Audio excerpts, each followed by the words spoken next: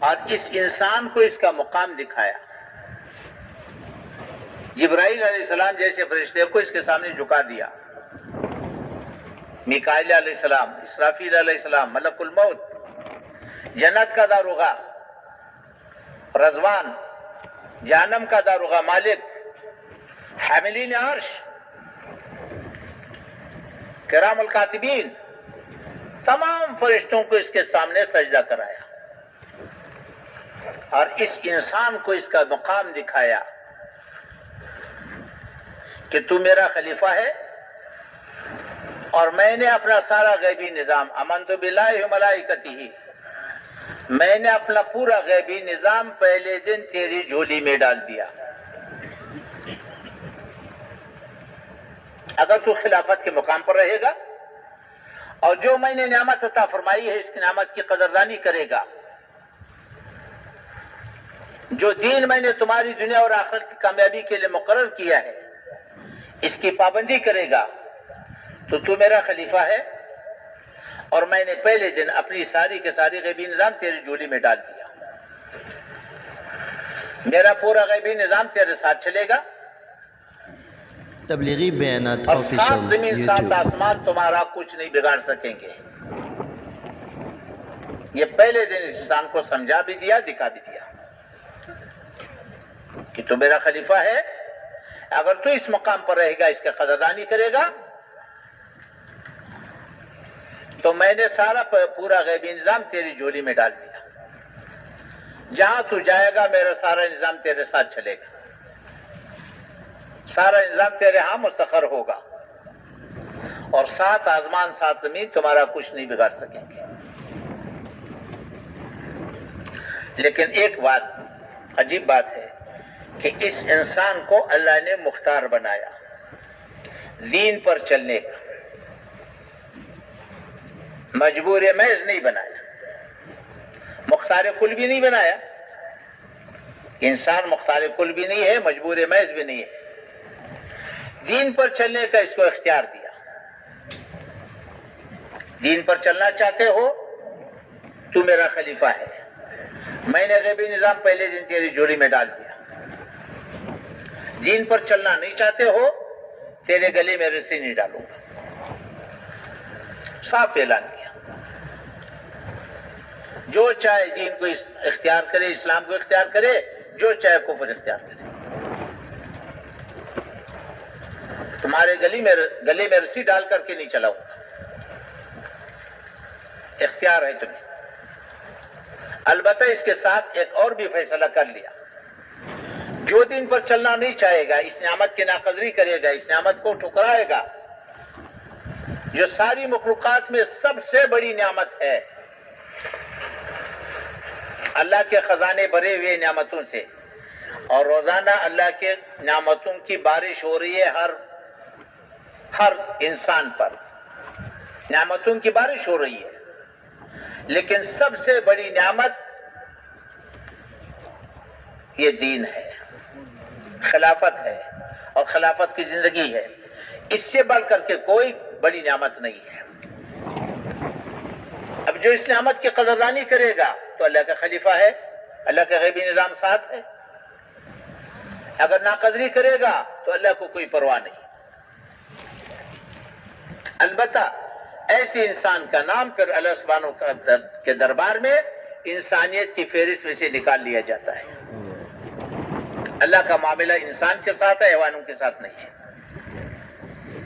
اور اللہ کے دربار میں یہ حیوان ہے، بلکہ حیوان سے بدتر ہے. یہ خاشاک ہے، خاشاک جلانے کے لیے پیدا کیے گئے ہیں. پھر یہ چونکہ نافرمان نہیں ہے، صرف نافرمان نہیں ہے، یہ باغی ہے، سب سے بڑا ناقدرہ ہے. سب سے بڑی نعمت کو اس نے ٹھکرایا نہیں، اس نے نعمت کی ناقدری نہیں کی، اس نے نعمت کی توہین کی ہے اور منعم کی توہین کی ہے.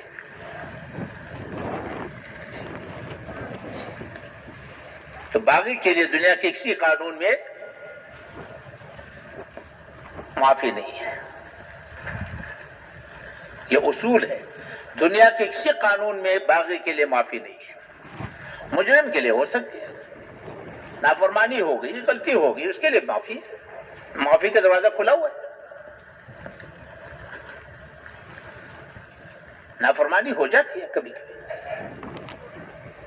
حکم عدولی ہو جاتی ہے، لیکن بڑی نعمت کو ٹکرا دینا، بغاوت کرنا، بغاوت پر اتر آنا اور اس پر جم جانا، یہ ایسا جرم ہے کہ جس کے لیے کوئی معافی نہیں ہے، ہمیشہ ہمیشہ پھر جہنم میں جلتا رہے گا اور جہنم کی آگ کو اس سے بھڑکایا جائے گا۔ یہ پہلے دن اللہ نے فیصلہ سنایا ہوا ہے، اور اللہ سبحانہ وتعالی کے اصول بدلتے نہیں ہیں، یہ ضابطے ہیں، یہ اصول ہے، سنت اللہ ہے، یہ کبھی بدلتے نہیں۔ البتہ چونکہ اللہ سبحانہ وتعالی سب سے بڑا ہمدرد خیر خواہ ہے،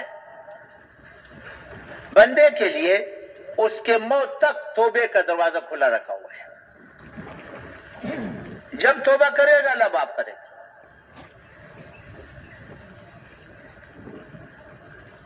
چاہے وہ گناہ سے توبہ کرے، چاہے وہ کفر سے توبہ کرے، اللہ نے دروازہ کھلا رکھا ہوا ہے اس کے موت تک، اور اس کے موت تک ساری زندگی اللہ سبحانہ وتعالیٰ اس کے توبے کا انتظار کرے، ایسا مہربان اللہ ہے۔ تو یہ دین انسانی ضرورت ہے، بنیادی ضرورت ہے۔ اللہ سبحانہ اگر ہم دینی زندگی کو دیکھیں، احکامات کی تقسیم کو دیکھیں، اس انسان کو اللہ نے اشرف المخلوقات کو بنایا ہے، لیکن اس انسان کو اللہ سبحانہ وتعالیٰ نے سب سے زیادہ محتاج بھی بنایا ہے۔ انسان سب سے زیادہ محتاج، ساری مخلوقات میں سب سے زیادہ محتاج ہے، اس لیے کہ اکیلا زندگی نہیں گزار سکتا، یہ زندگی میں قدم قدم پر محتاج ہے، یہ بیوی کا محتاج ہے، یہ اولاد کا محتاج ہے، والدین کا محتاج ہے، یہ پڑوسی کا محتاج ہے،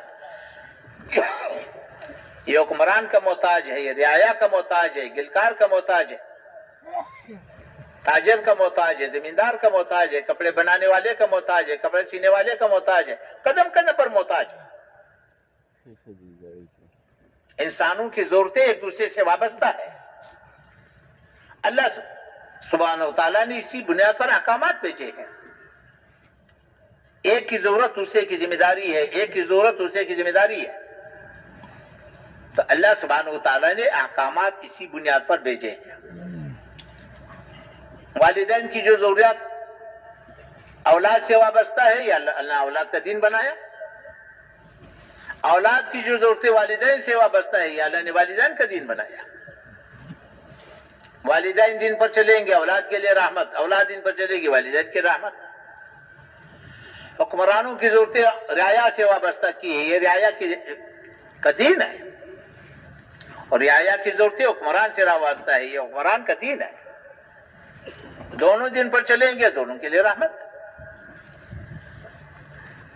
مالداروں کی ضرورتیں غریبوں سے وابستہ ہے، غریبوں کی ضرورتیں مالداروں سے وابستہ ہے، تاجروں سے ضرورتیں وابستہ ہے، اسی طرح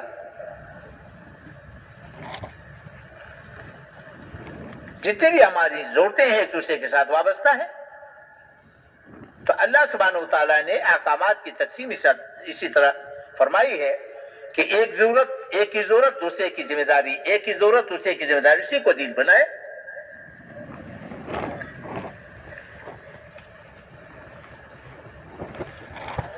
تو دین پر چلنے والا، دین پر چلنا انسانی ضرورت ہے، اور دین پر چلنے والا اللہ کو دیکھے گا اور محمد رسول اللہ صلی اللہ علیہ وسلم کو دیکھے گا، آخرت کو دیکھے گا، اور انسانی ہمدردی کی بنیاد پر چلے گا۔ دین ہمدردی کی بنیاد پر دیا گیا ہے، اس لیے دین پر چلنے والے کا کسی سے کوئی گلہ نہیں ہوتا، اس کا کسی سے مطالبہ بھی نہیں ہے۔ دین کی تو بنیاد یہ ہے کہ میرا کام بنانے والا اللہ ہے، لا الہ الا اللہ، میرا کام صرف اور صرف اللہ بنائے گا، اللہ میرا الہ ہے، اس لیے کہ مشکل کشا وہی ہے، دنیا اور آخرت کی کامیابیاں دینے والا وہی ہے، دنیا اور آخرت کی ناکامیوں سے بچانے والا وہی ہے، اور وہی قدرت والا ہے، وہی میرا خالق ہے، مالک ہے، رب ہے، میرا ہمدرد ہے، خیر خواہ ہے. سارے کام وہی بنائے گا، ساری مخلوقات اس کے قبضے میں ہے. تو میں تو اللہ کو سامنے رکھ کر کے چلوں گا، میں اللہ کو راضی کروں گا، اللہ کو سامنے رکھ کر کے چلوں گا. وہی میرا کام بنائے گا. مخلوق سے میرا کوئی مطالبہ نہیں ہے، کوئی ضرورت میری مخلوق سے وابستہ بھی نہیں ہے. یہ بنیاد ہے. اور اصل تو آخرت ہے. میں تو آخرت کا مسافر ہوں. تو اس لیے دین پر چلنے والے کا دنیا میں کسی سے کوئی مطالبہ نہیں ہے، اور کسی سے توقع بھی نہیں ہے، کسی سے امید بھی نہیں ہے. اس لیے وہ کسی سے گلہ بھی نہیں کرے گا، مطالبہ بھی نہیں کرے گا. اللہ کو سامنے رکھ کر کے چلے گا، محمد رسول اللہ صلی اللہ علیہ وسلم کو سامنے رکھ کر چلے گا، آخرت کو سامنے رکھ کر چلے گا. یہ دین کی بنیاد ہے.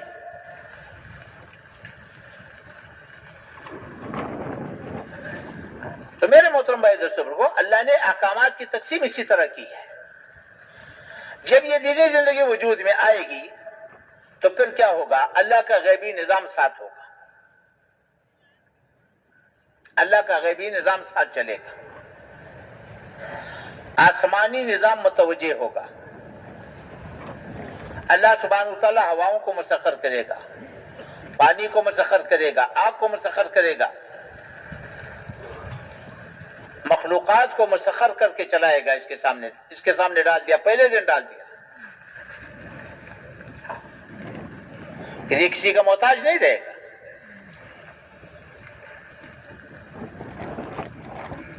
سات زمین سات آسمان اس کا کچھ بگاڑ نہیں سکیں گے، کیونکہ اللہ کا بندہ ہے، اللہ کو سامنے رکھ کر کے چل رہا ہے، آخرت کو سامنے رکھ کر کے چل رہا ہے. جب دینی زندگی وجود میں آتی ہے تو پھر آسمانی نظام ساتھ چلے گا. اللہ سبحانہ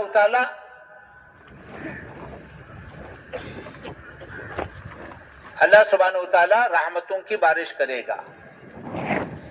یہ رحمتیں آسمان سے آتی ہے، دینی زندگی پر آتی ہے. رحمتوں کی خاصیت ہے دل پر رحمتوں کی بارش ہوتی ہے. دل کے اندر دو قسم کے جذبات ہیں،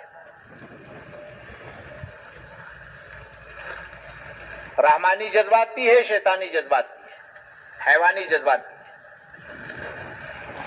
رحمانی جذبات کی پرورش ہوگی، تواضع، ایمانی کیفیات، آخرت کی فکر، ہمدردی، خیرخواہی، تواضع، قناعت،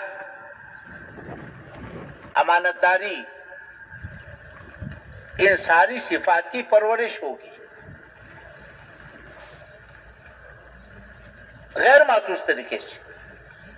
ان صفات کی پرورش ہوگی تو اس آدمی کے لیے دین پر چلنا آسانی کے ساتھ دین پر چلے گا، خیر کی طرف بھاگے گا، خیر کی طرف دوڑے گا. خیر کی طرف دوڑنا اس کے لیے آسان ہوگا. اور جو شیطانی جذبات ہے، کبر ہے، حسد ہے، کینہ ہے، بغض ہے، خیانت ہے، غبن ہے، دشمنی ہے، جیسے بارش کے نیچے انگارے رکھو تو بجھ جاتے ہیں، یہ صفات بجھ جاتی ہے. پھر یہ آدمی خیر کی چلتا ہے، یہ ان گناہوں کی طرف سے بھاگتا ہے، ان گناہوں سے بھاگتا رہتا ہے، بچتا رہتا ہے غیر محسوس طریقے سے. اس کو کوئی تکلیف بھی نہیں ہوگی. اس کے اندر انسانی صفات ابھرتی ہے، یہ انسانی صفات کا مظہر بنتا ہے. پھر یہ جہاں جائے گا اس سے خیر پھیلے گا، لوگوں کو اس سے خیر ملے گا.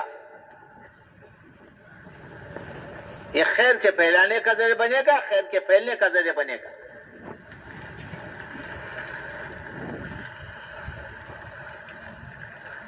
اور محبتوں کی بارش ہوگی. محبت آسمانی چیز ہے، اللہ جل شانہ محبتوں کی بارش کرے گا.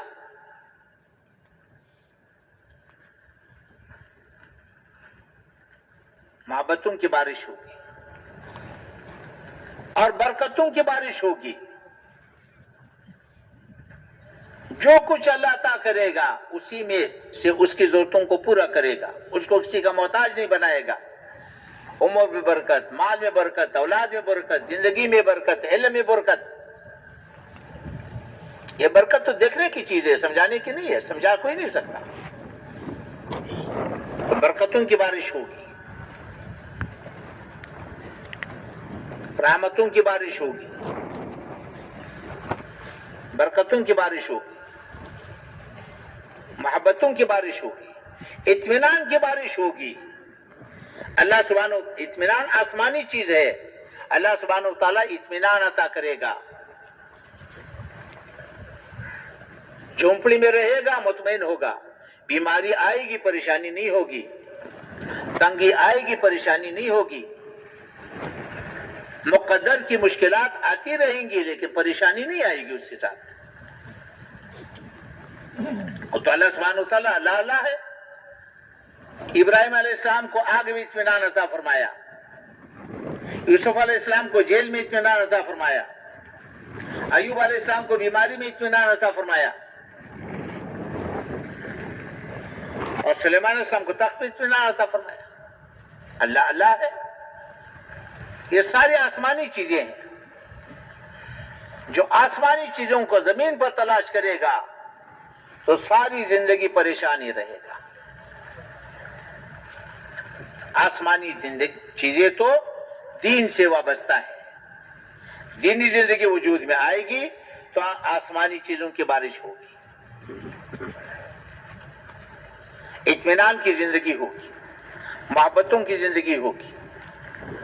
کہ انسان جہاں جائے گا اس کو خیر ملے گا، جہاں جائے گا اس سے خیر پھیلے گا، جس سے واسطہ پڑے گا اس کو خیر ملے گا۔ پھر اللہ سبحانہ وتعالیٰ آسمانی نظام کو متحرک کرے گا۔ ساری دنیا کے انسانوں کے دل اللہ کے قبضے میں ہیں۔ اللہ سبحانہ وتعالیٰ حکمرانوں کو ہمدرد بنائے گا، خیر خواہ بنائے گا۔ ہاں، تو حکمران خیر خواہ ہوں گے، ہمدرد ہوں گے، عادل ہوں گے۔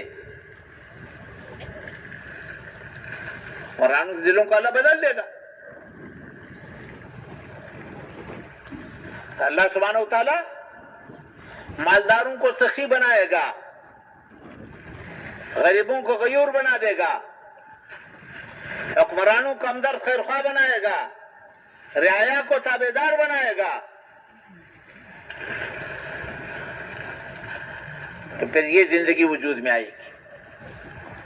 اور اللہ نے دکھایا، یہ خیالی باتیں نہیں ہے، زمین آسمان نے دیکھ لیا، صدیوں دیکھ لیا۔ یہ نہیں کہ ایک دفعہ دکھایا۔ جب دینی زندگی وجود میں آتی ہے یہ ساری چیزیں وجود میں آ جاتی ہیں۔ حکمرانوں کو ہمدرد بنا دے گا، خیر خواہ بنا دے گا۔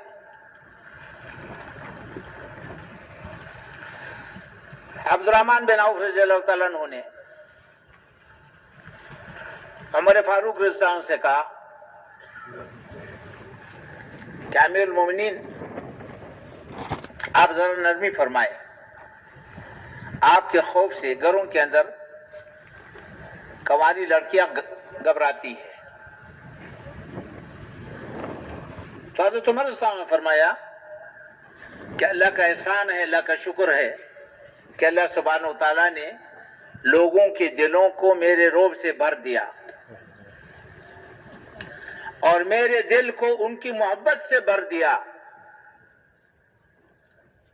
اگلا جملہ فرمایا کہ عبد الرحمن یاد رکھو، اگر لوگوں کو پتہ چلا کہ میرے دل میں ان کے لیے کتنی محبت ہے، اگر لوگوں کو پتہ چل گیا کہ میرے دل میں ان کے لیے کتنی محبت ہے، میرے بدن کے کپڑوں کا ایک تار بھی میرے وجود پر نہیں چھوڑیں گے۔ اللہ نے میرے دل میں اس کے لیے اتنی محبت ڈالی ہے۔ ایسے حکمران ہوں گے، ساری رات سارا دن رعایا کے لیے بے چین پھریں گے، ان کے خیر خواہی کے لیے بے چین ہوں گے، ان کی ہمدردی کے لیے بے چین ہوں گے۔ یہ ایک نہیں تھا، سب کے حالات ایسے تھے۔ ایک حکمران کو بلایا، جب وہ آیا 1500 کلومیٹر کا سفر پیدل کر کے آیا کہ تمہارے اوپر سواری نہیں تھی؟ کہ نہیں، سواری کوئی نہیں. کہ کیوں؟ کہ میری اپنی تھی نہیں، کسی سے مانگی نہیں. ایک جملہ زبان سے نکلا تو برے لوگ ہیں جنہوں نے اپنے حکمران کو، اپنے امیر کو سواری بھی نہیں دی. فوراً عرض کیا امیر المومنین یہ غیبت ہے، اللہ نے غیبت سے منع کیا ہے. میں صبح اس کو نماز پر چھوڑ کر کے آیا ہوں. اب کیسے کہتے ہیں برے لوگ؟ امیر المومنین کو فرما رہے، کہہ رہے ہیں. تو فرمایا کہ مال کا کیا ہوا، کیا لے کر کے آئے؟ اس نے کہا کچھ لے کر کے نہیں آئے. یہ میرا ایک نیزہ ہے، میرا توشدان ہے، ایک میرا پہلا ہے، اور کچھ لے کر کے نہیں آئے، پیدل آیا ہوں. مال کا کیا ہوا؟ کہ مال وہیں تقسیم کیا. واپس نہیں جاؤں گا. میں پچھلے 2 سال کا حساب نہیں دے سکتا. گھر کی طرف چل دیا. گھر مدینے سے باہر تھا. یہ میں صرف ایک کا واقعہ سنا رہا ہوں، ایسے سارے کے سارے ایسے تھے. اتنے واقعات ہیں کہ سیرت بری ہوئی ہے ان کے واقعات سے، ایک سے ایک کے واقعات ایسی ہیں. تو امیر المومنین نے ایک آدمی کو تھیلا دیا اور ساتھ بھیجا کہ جا کر کے وہاں پر اس کے حالات دے کر کے آؤ. اگر واقعی یہ حالات ہو تھیلا دے کر کے آؤ. مختصر عرض کرتا ہوں، جب وہ گیا وہاں جا کر کے دیکھا، 3 دن اس کے ساتھ گزارے تو اس کے پاس تو کچھ نہیں تھا. 3 دن اس کا مہمان رہا. 3 دن کے بعد اس نے کہا کہ بھائی مہمان کا حق 3 دن ہوتا ہے، اس کے بعد ہمیں مزید مشقت میں نہ ڈالو. تھیلا پیش کیا کہ کس نے دیا؟ کہ امیر المومنین نے دیا. آپ کے لیے دیا. وہیں پر کھول کر کے سارا وہیں تقسیم کر دیا، تھیلا پھینک دیا. اور گھر کے اندر حال یہ تھا کہ مہمان کو کھلانے کے لیے تھا، بلکہ اس کے پاس کچھ نہیں تھا. یہ زندگی تھی. پھر بلایا، بیت المال بھیجا. بیت المال جا کر کے دیکھا کہ ان میں سے کوئی چیز میری ضرورت کی نہیں ہے، مجھے ان میں سے کوئی چیز نہیں چاہیے. البتہ فلانے کے ماں کے کپڑے، ایک جوڑا کپڑا چاہیے بس. ایک جوڑا کپڑا لے لیا اور روانہ ہو گئے. تو حضرت عمر رضی اللہ عنہ نے دعا مانگی کہ یا اللہ اگر عمر جیسا آدمی میرے خلافت میں نہ ہو، یا اللہ مجھے زندگی نہیں چاہیے. پھر حکمران ایسے ہوں گے. یہ تو ایک ہی بات ہے. عمومی فضا تھی. لوگ مال لے کر کے آتے تھے، بازاروں میں پھرتے تھے، لینے والا کوئی نہیں تھا. معاویہ رضی اللہ عنہ کے زمانے میں ایسے ہی حال. امن کا یہ حال تھا. معاویہ رضی اللہ عنہ کے زمانے میں ایک حکمران نے گھنٹے کی آواز سنی. پوچھا یہ کیا ہے؟ کہ جی لوگ پہرا دے رہے. خبردار کوئی پہرا نہیں. کیا پہرا ہے؟ یہاں سے لے کر کے رہے تک اگر ایک رسی بھی گم ہو گئی تو میرے گریبان پکڑ کر کے لے لو. اتنا امن. مورخین نے لکھا ہے کہ معاویہ رضی اللہ عنہ کے زمانے میں لوگ اپنے کواڑ کھلے چھوڑ کر کے سوتے تھے. گھروں کے اندر قوانی لڑکیاں اطمینان کے ساتھ سوتی تھی، گھروں کی کواڑ کھلے رہتے تھے. ایک آدمی عراق سے آیا. حضرت عمر رضی اللہ عنہ نے پوچھا کیسے آنا ہوا، لوگوں کو کیسے پایا؟ کہ اپنے ماں باپ کی اولاد جیسے پایا. ایسی اطمینان کی زندگی اللہ عطا کرے گا. ایسے حکمران ملیں گے، ایسے مالدار ملیں گے. حسن رضی اللہ عنہ کے پاس ایک آدمی آیا، اپنی ضرورت پیش کی. اس کی جولی میں 3,300 دینار، 50,000 درہم اس کی جولی میں ڈال دیے اور ساتھ معذرت کر لی. حضرت طلحہ رضی اللہ عنہ رات کو بے چین پھر رہے ہیں. گھر والی نے پوچھا کیا ہوا، کیا بے چینی ہے؟ کہ جی مال آیا ہے، مال 4 لاکھ کا مال آیا ہے، رات ہے تقسیم کیسے کروں؟ موت آ گئی تو کیا بنے گا؟ راتوں رات اپنے رشتہ داروں کو بلا کر کے تقسیم کیا. قافلہ آیا 700 اونٹوں کا، کھانے پینے کے سامان سے لدا ہوا ہے. عبد الرحمن بن عوف کا قافلہ مدینہ منورہ پہنچا، سارا کا سارا قافلہ ایک دن میں تقسیم کر دیا. تو پھر یہ مالدار یہ ہوں گے. عمومی فضا تھی. میں اس لیے عرض کر رہا ہوں کہ جب دینی زندگی وجود میں آتی ہے تو آسمانی نظام ساتھ چلے گا.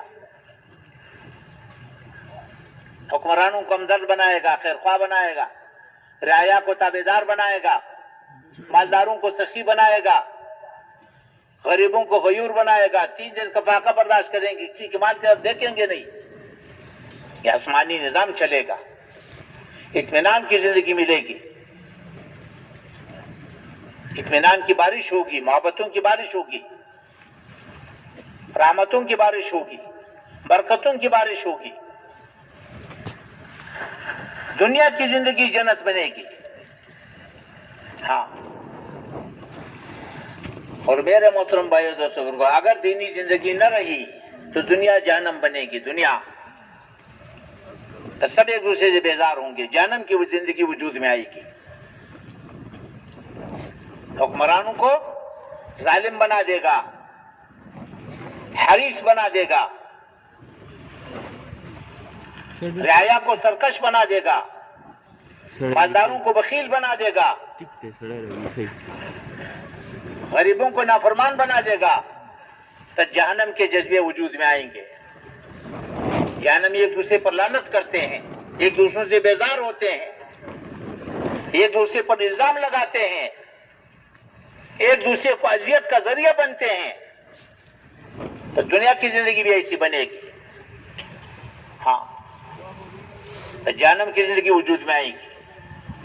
تو جذبے بنیں گے، غریبوں کا جذبہ ہوگا، مالداروں کا پیٹ پھاڑو، ساری دولت نکالو.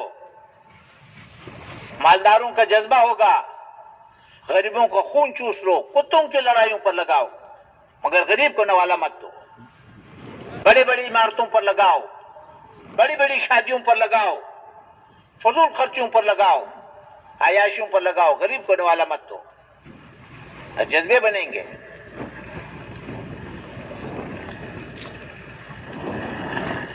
ایک دوسرے پر لعنت کریں گے، ایک دوسرے سے بیزار ہوں گے. حکمران رعایا سے، رعایا حکمرانوں سے. جلسے جلوس نکلیں گے، جلسے نکلیں گے، جلسے کریں گے، جلوس نکالیں گے، نعرے لگائیں گے. اس کو اتارو، اس کو بٹھاؤ، اس کو اتارو، اس کو بٹھاؤ. غریبوں کا جذبہ بنے گا، مالداروں کا پیٹ پھاڑو، ساری دولت نکالو. مالداروں کا جذبہ بنے گا، ان کو خون چوس لو، کتوں کی لڑائیوں پر لگاؤ. ایک دوسرے سے بیزار ہوں گے، ایک دوسرے پر لعنت کریں گے. جہنمی ایک دوسرے سے بیزار رہتے ہیں. یا اللہ انہوں نے ہمیں گمراہ کیا، انہیں ہمارے حوالے کرو، ہم ان کو پاؤں کے نیچے مت سلتے. یا اللہ انہوں نے ہمیں گمراہ کیا، ان کو ڈبل عذاب دے دو. اللہ فرمائیں گے غم نہ کرو، دونوں کو ڈبل عذاب ملے گا. جہنم کی زندگی وجود میں آئے گی جس سے سارے کے سارے بیزار ہوں گے، حل کسی کے پاس نہیں ہوگا. میرے محترم بھائی دوستو، آسمانی نظام کو زمین والے کبھی نہیں بدل سکتے. آسمانی نظام کو زمین والے کبھی نہیں بدل سکتے. اس لیے میرے محترم بھائی دوستو، دین انسانی ضرورت ہے، بنیادی ضرورت ہے. ماننے والوں کی ضرورت ہے، نہ ماننے والوں کی ضرورت ہے، جو مٹا رہے ان کی بھی ضرورت ہے. اور موت پر تو آخرت کا دروازہ کھل جائے گا. قبر کی روشنی تو اس کو ملے گی جو دین پر چلے. قبر کی تنگی سے تو وہ بچے گا جو دین پر چلے. حوض کوثر کا پانی تو دین والے کو ملے گا. عرش کا سایہ تو دین والے کو ملے گا. عمل نامہ دائیں ہاتھ تو دین والے کو ملے گا. پولیس رات پر تو وہ گزرے گا جو دینی زندگی گزار کے آئے. اللہ کا درباری تو وہ بنے گا جو دین کی زندگی گزار کر کے آئے. ہمیشہ کی جنت تو دین والے کو ملے گی. ہمیشہ کی جہنم سے تو دین والا بچے گا. بیوی رہ جائے گی، بچے رہ جائے گے، پلازا رہ جائے گا، ڈگری رہ جائے گی، عہدہ رہ جائے گا، جو کچھ ہم نے یہاں کمایا یہاں کا تو سب کچھ یہی رہ جائے گا. تو میرے محترم بھائی دوستو، ہم کیا چاہتے ہیں؟ ہم دین چاہتے ہیں. دین انسانی ضرورت ہے، بنیادی ضرورت ہے، ماننے والوں کی بھی نہ ماننے والوں کی بھی. اس لیے ہمارے محنت کا جو محور ہے، ہماری محنت کا جو مقصد ہے وہ اللہ کا دین ہے. ہم اللہ کا دین چاہتے ہیں، اس لیے محنت ہے اور اس کے محتاج ہے. اگلی گزارش، اللہ نے دنیا کو دارالاسباب بنایا ہے. اسباب کے ہمیشہ دو مرحلے ہیں. پہلا مرحلہ اللہ نے بندے کے ذمہ رکھا ہے، بندے کو اسباب اختیار کرنے کا مختار بنایا ہے. دوسرا مرحلہ اللہ نے اپنے پاس رکھا ہے، نتیجہ اللہ نے اپنے پاس رکھا ہے. مختار کل اللہ ہے، نتیجہ اللہ دے گا. کاشت بندے کے ذمہ ہے اور فصل اللہ دے گا. بیج ڈالنے کے بعد، زمین بنانے کے بعد انسان بے بس ہے، کچھ نہیں کر سکتا، باقی فصل اللہ دے گا. شادی بندے کے ذمہ ہے، اولاد اللہ دے گا. نرینہ دے یا زنانہ دے، دونوں دے یا ایک بھی نہ دے، کالا دے یا گورا دے، مرد دے یا عورت دے، یہ اللہ کے قبضے میں ہے. مگر شادی اس کے ذمہ ہے، کاشت اس کے ذمہ ہے. یہ مرحلہ پہلے ہے. دنیا کو دارالاسباب بنایا ہے، نبی کی محنت کو دین کے وجود کا سبب بنایا ہے. پہلے نبی کی محنت وجود میں آئے گی، پھر دین وجود میں آئے گا. یہ اللہ نے نظام بنایا ہے. اس لیے اللہ سبحانہ وتعالیٰ نے سب سے پہلا انسان نبی بنایا. ہر زمانے میں دین وجود میں آیا ہے، نبی کی محنت سے وجود میں آیا ہے، اور قیامت تک دین وجود میں آئے گا، نبی کی محنت سے وجود میں آئے گا.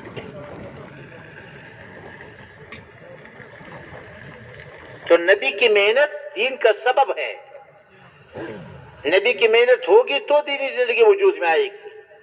اگر نبی کی محنت نہیں ہوگی تو دینی زندگی خود بخود مٹے گی، دینی زندگی خود بخود ختم ہوگی.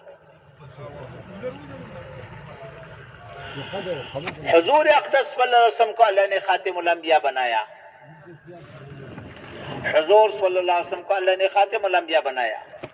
انسانیت میں سب سے اونچا مقام نبی کا ہے.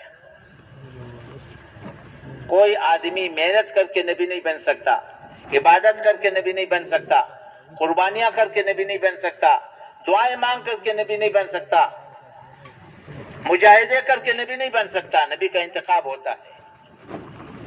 اللہ نبی کا انتخاب کرتا ہے، جس کو چاہے بننے بھی بنا دے. تو جیسے نبی کا انتخاب ہوتا ہے، اس امت کا بھی اللہ نے انتخاب کیا. حضور اکرم صلی اللہ علیہ وسلم کو اللہ نے خاتم الانبیاء بنایا.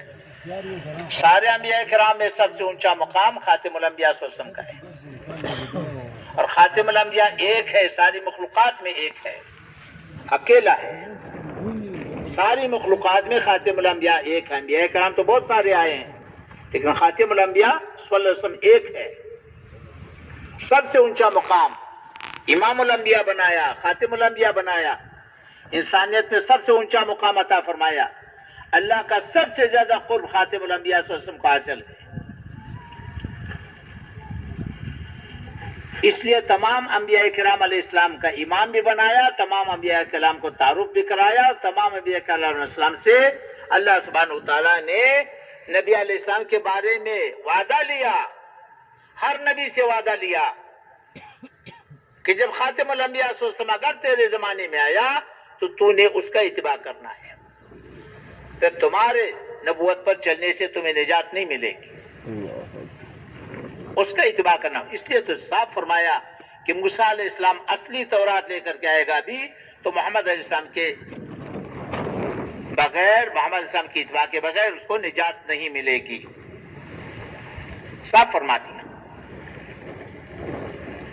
تو میرے محترم بھائی دوستوں، نبی علیہ السلام کے بعد کوئی نبی نہیں آئے گا. یہ بہت بڑا اعزاز ہے ختم نبوت.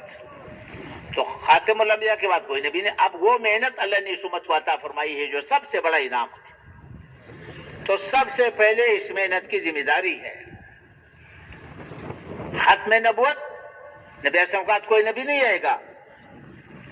جو نبی علیہ السلام کے بعد کسی کی نبوت کا اقرار کرے گا پکا بے ایمان ہے. جو نبوت کا دعویٰ کرے گا وہ بھی بے ایمان، جو اس کی نبوت کی تائید کرے گا وہ بھی پکا بے ایمان. اب یہ ذمہ داری ہے، پہلے اس ذمہ داری کو سمجھنے کی ضرورت ہے، ہر فرد امت کے لیے ضروری ہے. یہ اعزاز بھی ہے، یہ ذمہ داری بھی ہے. خاتم الانبیاء صلی اللہ علیہ وسلم کا امتی بننا بہت بڑا اعزاز ہے. یہ ذمہ داری بھی ہے، نعمت بھی ہے، ذمہ داری بھی ہے. سب سے بڑا کام بڑے آدمی کو دیا جاتا ہے، اور بڑے آدمی کو بڑا کام دیا جاتا ہے. نبی سب سے اونچا، سب سے بڑا آدمی، اس کا کام سب سے بڑا. ہم نے اللہ جل شانہ کے ساتھ دو وعدے کیے ہیں، معاہدے ہیں، وعدے ہیں. پہلا وعدہ کلمے میں ہے، لا الہ الا اللہ محمد رسول اللہ. کیا وعدہ کیا ہے کہ اللہ تیرے مان کے چلوں گا اور تیرے نبی صلی اللہ علیہ وسلم کے طریقے پر مان کے چلوں گا. یہ وعدہ ہے، اور اس کی پوچھ ہوگی. اللہ سبحانہ وتعالی ہمارے عمل کو پیش کرے گا، ہر عمل کو نبی علیہ السلام کے طریقے کے ساتھ موازنہ کرے گا. چھوٹا عمل ہے یا بڑا عمل ہے، جو اس کے مطابق ہوگا اس کا انعام ملے گا، جو اس کے خلاف ہوگا اس کی سزا مقرر ہے. پھر اللہ بادشاہ ہے، سزا دے یا نہ دے، یہ ضابطہ ہے. اسی طرح نبی علیہ السلام کو خاتم الانبیاء مان کر کے ذمہ داری ہے، اور اس ذمہ داری کا سب سے پہلے سمجھنا ضروری ہے. یہ وعدہ ہے بندے اور اللہ کے ساتھ. کیا وعدہ ہے؟ دیکھو، اللہ سبحانہ وتعالی نے انسانوں کو دین کا محتاج بنایا. تمام انسانوں کو دین کا محتاج بنایا. دنیا اور آخرت کی کامیابی موقوف کر دی دین پر. دین کو موقوف کر دیا نبی کی محنت پر. نبوت کے دروازے کو بند کر دیا. ساری دنیا کے انسانوں کو دین کا محتاج بنایا. دین کو موقوف کر دیا نبی کی محنت پر. نبوت کے دروازے کو بند کر دیا. اب یہ محنت کس کے ذمہ ہے؟ یہ سمجھنے کی چیز ہے.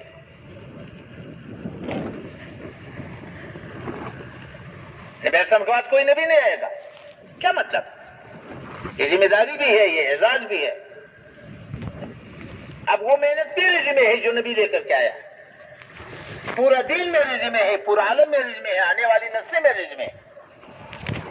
کیا کرنا ہے یہ بات کی بات ہے، کیسے کرنا ہے یہ بات کی بات ہے. پہلے تو ذمہ داری کا احساس کہ میرے ذمہ ہے کتنا. 470 کروڑ انسانی آبادی کلمے سے محروم ہے. اب ہم اور آپ سے پوچھا جائے گا، ہم سے یہ پوچھا جائے گا، 470 کروڑ انسانی آبادی جو کلمے سے محروم ہے، ان کا دین میں حق ہے یا نہیں ہے؟ اگر حق ہے تو کس کے ذمہ ہے؟ آیا امت اس کو ماننے کے لیے تیار ہے؟ امت حق کو تسلیم کرے گا تو ادائیگی کا سوچے گا. اگر تسلیم نہیں کر رہا تو ختم نبوت کا کیا مطلب؟ ختم نبوت کو کیا سمجھا؟ اس لیے میرے محترم بھائی دوستوں کو سب سے پہلے تو اس ذمہ داری کو سامنے رکھ کر، پورا دین ہمارے ذمہ، پورا عالم ہمارے ذمہ، آنے والی نسلیں ہمارے ذمہ. اب ہمیں کیا کرنا ہے؟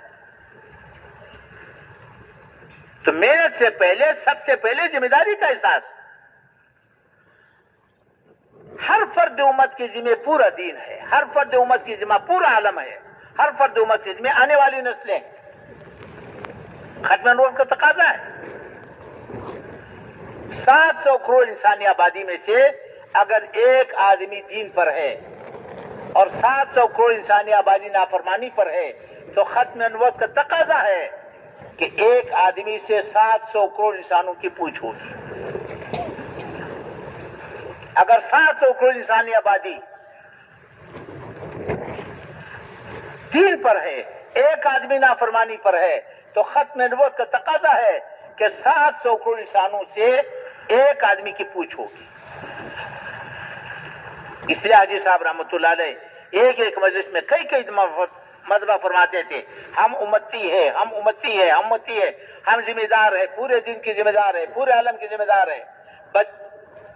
مرد ذمہ دار ہے، عورت ذمہ دار ہے، دادا دادی نانا نانا پوتی پوتا پوتی سب کو بیان فرماتے تھے۔ سب سے پہلے تو ذمہ داری کا احساس کہ ہم ذمہ دار ہیں، پورے دین کی ذمہ دار ہے، پورے عالم کی ذمہ دار ہے، آنے والی نسلوں کی ذمہ دار ہے، میں ذمہ دار ہوں۔ یہ تو ہے ذمہ داری۔ پر آپ کہیں گے کہ بھئی یہ تو مشکل بنا دیا، ایک آدمی پورا عالم پورا دین آنے والی نسلیں، یہ مشکل نہیں ہے، اللہ نے استعداد رکھی ہے، ہر فرد امت کے اندر اللہ نے استعداد رکھی ہے۔ اللہ مطالبہ بعد میں فرماتے ہیں، مطالبہ بعد میں کرتا ہے، استعداد پہلے رکھتا ہے۔ اللہ نے ترتیب بتائی، آسان ترتیب بتائی۔ میں آپ اللہ سے پوچھنا چاہتا ہوں، آپ بتاؤ پورے دین کا ہر آدمی نیت کر سکتا ہے کہ نہیں کر سکتا؟ کر سکتا ہے، سوئے جاگ رہے ہو، سوئے جاگ ہر آدمی نیت کر سکتا ہے کہ نہیں کر سکتا؟ کر سکتا ہے، پورے عالم کی نیت کر سکتا ہے کہ نہیں کر سکتا؟ آنے والی نسلوں کی نیت کر سکتا ہے کہ نہیں کر سکتا؟ اس پر کتنے پیسے لگتے ہیں؟ اور سب سے بڑا مطالبہ تو یہی ہے، پورا دین سامنے ہو، پورا عالم سامنے ہو، آنے والی نسلیں سامنے ہو، میں نے کیا کرنا ہے یہ تو بات کی بات ہے، ہر آدمی کر سکتا ہے۔ پھر اس کے بعد تدبیر بتائیے، آسان تدبیر بتائیے۔ 230 کروڑ مسلمان آبادی ہے، سارے کے سارے نبی علیہ السلام کو خاتم الانبیاء مانتے ہیں، سب نبی علیہ السلام کو خاتم الانبیاء مانتے ہیں، لیکن اس سبق کو بھول گئے جیسے ہم بھول گئے۔ تو تدبیر کیا ہے؟ ایک ایک مسلمان کو ملو، اس کو یہ ذمہ داری سمجھاؤ اور متعدی انداز سے محنت کرو، اس کو سمجھا کر کے اس کو اگلے کے پاس بھیجو، اگلے کو اگلے کے پاس بھیجو، تو اس طرح یہ محنت پھیلتا رہے گا۔ تو ایک آدمی پوری امت کو متحرک کر سکتا ہے کہ نہیں کر سکتا؟ کر کے دکھایا۔ 14ویں صدی کا ایک مسلمان کھڑا ہو گیا، نبی نہیں تھا، صحابی نہیں تھا، 14ویں صدی کا مسلمان تھا، کھڑا ہو گیا، پورے امت کو متحرک کیا کہ نہیں کیا؟ مولوی الیاس رحمۃ اللہ علیہ ایک آدمی سے کھڑے ہو گئے، پورے امت کو متحرک کر دیا۔ یہ استعداد اللہ نے ہر امتی کے اندر رکھا ہے۔ اس لیے میں عرض کر رہا ہوں کہ اللہ سبحانہ وتعالیٰ پہلے استعداد دیتا ہے پھر مطالبہ کرتا ہے۔ جس کا استعداد نہ رکھا اس کا مطالبہ بھی نہیں کرتا، یہ تو ہر امت کے اندر موجود ہے۔ اس وقت ہمارا مسئلہ یہ ہے کہ میں نے پہلے عرض کیا کہ ذمہ داری کا احساس پہلے ہے، پہلے ذمہ داری کا احساس ہے، پھر اس کے بعد کیا کرنا ہے یہ بات کی بات ہے۔ پہلے تو ختم نبوت کے تو فعل، پورے دین کی ذمہ داری، پورے عالم کی ذمہ داری، آنے والی کے انسانوں کی ذمہ داری۔ اب اس ذمہ داری کو دے کر کے اب مجھے کیا کرنا ہے؟ اس وقت ہمارا مسئلہ یہ ہے، ہمیں مشکل یہ پیش آ رہی ہے کہ دین کا کام کرنے والے جو بھی ہے، جس شکل میں بھی ہے، جہاں بھی ہے، دین کا کام اور محنت کرنے والے جتنا کر رہا ہے اس سے زیادہ اپنے ذمہ نہیں سمجھ رہا، حالانکہ اس سے زیادہ اس کے ذمہ ہے۔ جتنا کر رہا ہے اس سے زیادہ اپنے ذمہ نہیں سمجھتا، اس سے زیادہ کے لیے اپنے آپ کو معذور سمجھتا ہے، حالانکہ معذور نہیں ہے۔ ایک امتی کے اندر پوری امت کو متحرک کرنے کی استعداد موجود ہے۔ تو اس لیے سب سے پہلا مطالبہ ختم نبوت کا تقاضا یہ ہے کہ پورا دین ذمہ ہو، پورا عالم، آنے والی نسلیں، اس ذمہ داری کو سامنے رکھ کر کے اب مجھے کیا کرنا ہے۔ محنت بعد کی بات ہے، پہلے تو ذمہ داری ہے، ذمہ داری کا احساس ہے، ذمہ داری کی سمجھداری ہے۔ اب کیا کرنا ہے؟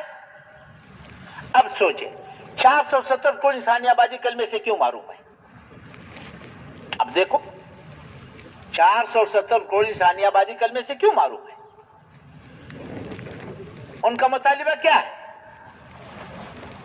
وہ کلمے سے اس لیے معروم ہے کہ مسلمان کلمے کی زندگی سے معروم ہے۔ مسلمان کلمے کی زندگی سے کیوں معروم ہے؟ مسلمان کلمے کی محنت سے معروم ہے۔ اب یہ ہمارا جرم ہے۔ ان کا مطالبہ ہے کہ اسلام دکھاؤ، اسلام دکھاؤ۔ اسلام کو دیکھنے کے لیے وہ ہمارے مسجدوں میں نہیں آئیں گے، یہ یاد رکھو. وہ ہمارے منڈیوں میں آئیں گے، ہمارے بازاروں میں آئیں گے، ہمارے کارخانوں میں آئیں گے، ہمارے گھروں میں آئیں گے.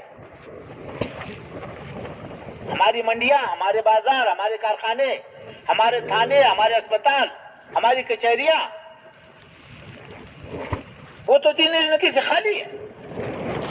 وہاں پر تو دین زندگی موجود نہیں ہے. تو ہم ان کو کہاں لے کر کے جائیں گے؟ دین کہاں دکھائیں گے؟ دیکھو ایک بات میں آپ سے عرض کروں، دنیا میں سب سے زیادہ دیندار علاقہ جو سمجھا جاتا ہے یہ ہمارے پٹھانوں کا علاقہ سمجھا جاتا ہے، جہاں بھی ہے. اور واقعی دینداری یہاں زیادہ ہے. جو سب سے زیادہ دیندار علاقہ سمجھا جاتا ہے وہ ہمارے پٹھانوں کا علاقہ سمجھا جاتا ہے. میں آپ سے پوچھتا ہوں، ہمارے بازاروں میں دین ہے؟ ہمارے کارخانوں میں دین ہے؟ ہمارے تھانوں میں دین ہے؟ ہمارے اسپتالوں میں ہے؟ وہ تو ساری کفری بنیادوں پر چل رہی ہے. تو اسلام دکھاؤ تو کہاں دکھاؤ؟ وہ تو کہتے ہیں اسلام دکھاؤ. وہ اسلام تو ہمارے پاس ہے ہی نہیں جو ہم دکھانے کے لیے. ہمیں یہ خوش فہمی ہے کہ اسلام محفوظ ہے. محفوظ تو ہے، لیکن محفوظ الماریوں میں ہے یا زندگیوں میں ہے؟ بازار کا دین تو الماری میں بند ہے، کارخانے کے دین تو الماری میں بند ہے، زراعت کا دین تو الماری میں بند ہے، وہ تو الماری میں بند ہے. اقامت دین کس کو کہتے ہیں؟ جو دین مٹا ہوا ہے اس کو وجود ملے، یہ اقامت دین ہے. یہ اقامت دین کی محنت ہے. الماری کا دین بازار میں آ جائے. ہمیں یہ خوش فہمی ہے کہ دین تو محفوظ ہے. محفوظ تو ہے لیکن کہاں پر محفوظ ہے؟ اس لیے میرے محترم بھائی وہ کفار کلمے سے کیوں معروم ہے؟ مسلمان کلمے کی زندگی سے معروم ہے. کلمے کی زندگی ہوگی تو پہلے کی، کلمے کی زندگی تو ہمارے پاس نہیں رہی.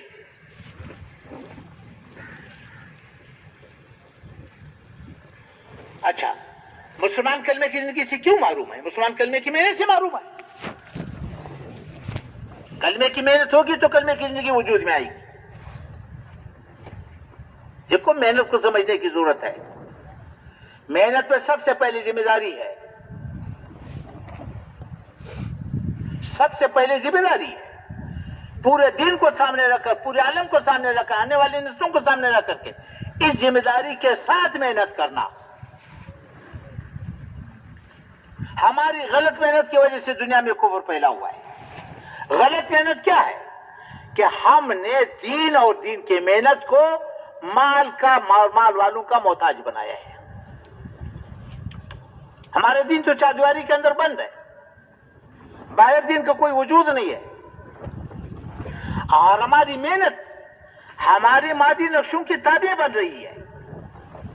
چلا تو لگاؤں گا لیکن ابھی نہیں لگاؤں گا، اس لیے کہ ابھی سیزن ہے، میرا کاروبار کا وقت ہے. چلا تو اس وقت لگاؤں گا جب فارغ ہوں گا. ہاں، اپنی طبیعت کا چلا لگاؤں گا، اپنی طبیعت کے لوگوں کے ساتھ چلا لگاؤں گا. گرمی میں ٹھنڈے علاقے میں نہیں جاؤں گا، سردی میں گرم علاقے میں نہیں جاؤں گا. وہاں اردو بولنے والے وہاں میں نہیں جاؤں گا، مجھے پشتو والوں میں بھیجو.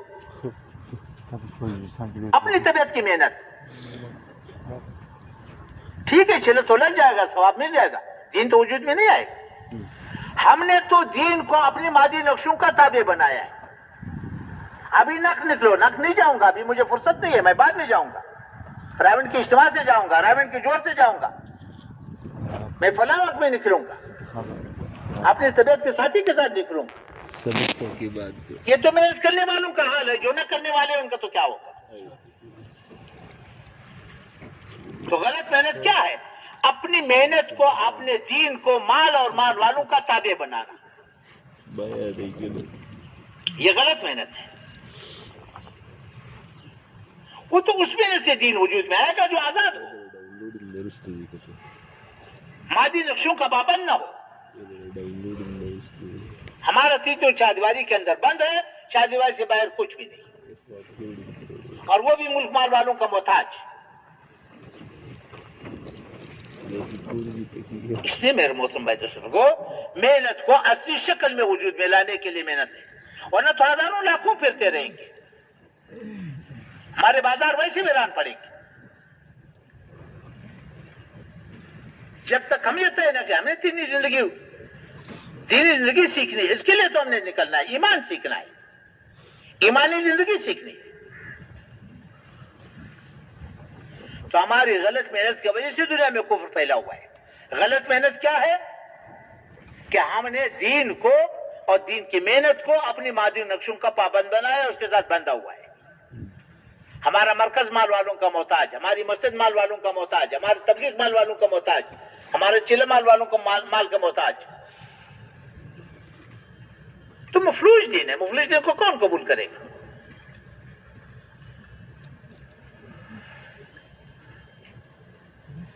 اس لیے سب سے پہلے محنت کا محور کیا ہے؟ اللہ کو ساتھ لینا۔ اللہ کو ساتھ لینا یہ ہماری ضرورت ہے۔ تو اس لیے کہاں سے شروع کرنا ہے؟ تو سب سے پہلے محنت کی ذمہ داری ہے۔ اب اس ذمہ داری کو سامنے رکھ کر کے محنت کرنا۔ اگر ذمہ داری سامنے نہ ہو تو پھر ختم نبوت کا عقیدہ مبہم رہے گا، ختم نبوت کا کوئی مقصد نہیں بنے گا۔ ختم نبوت کا یہ مقصد ہے کہ پورا دین میرے ذمہ ہے، پورا عالم میرے ذمہ ہے، آنے والی نسلیں میرے ذمہ ہے، اب مجھے کیا کرنا ہے؟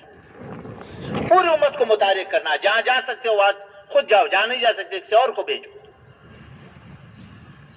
محنت کی خاصیت ہے کہ جب اس محنت کو وجود ملے گا، اس کی زندگی میں اس کو دینی زندگی ملے گی۔ جب اصول اور آداب کے ساتھ محنت کرے گا، تاجر کی زندگی میں دین آئے گا، زارے کی زندگی میں دین آئے گا، کارخانے والے کی زندگی میں دین آئے گا، مزدور کی زندگی میں دین آئے گا۔